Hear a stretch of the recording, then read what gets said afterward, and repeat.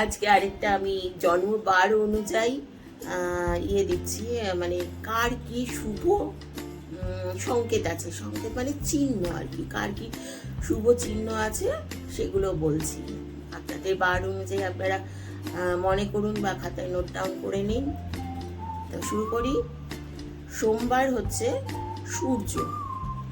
সোমবার দিন যাদের জন্ম তারা সূর্যকে প্রণাম করবেন, সূর্য রোদ গায়ে লাগাবেন। মঙ্গলবার দিন হচ্ছে ত্রিশূল। লাল রং ব্যবহার করবেন, লাল রঙের জামা, লাল রঙের জুতো,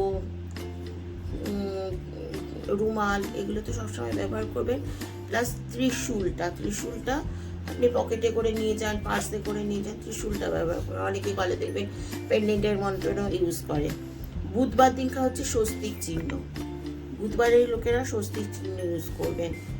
আর ব্রেসলেট করে বা লকেট করে পরতে পারেন হাতে স্বস্তিক চিহ্ন বানিয়ে। বৃহস্পতিবার হচ্ছে খড়গ।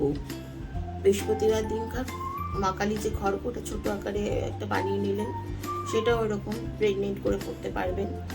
শুক্রবার দিনকার স্বস্তিক আছে এবং ওম চিহ্ন আছে, ঠিক আছে। আর শনিবার দিনকার আছে আপনার শঙ্খ, ছোট মতন একটা রূপোর শঙ্খের আংটি পরলেন, পেন্ডেন্ট করেও পড়তে পারেন।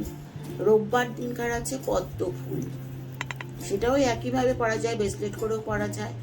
আবার যারা স্টুডেন্ট আছো তারা পরীক্ষার সময় উপরে একটা ছোট্ট করে পদ্ম ফুল এঁকে দিলে কিংবা একটা খড়গ এঁকে দিলে ছোট্ট, যাতে কেউ বুঝতে না পারে, ঠিক আছে, তাহলে সেক্ষেত্রে এটা শুভ বলে মনে হয়।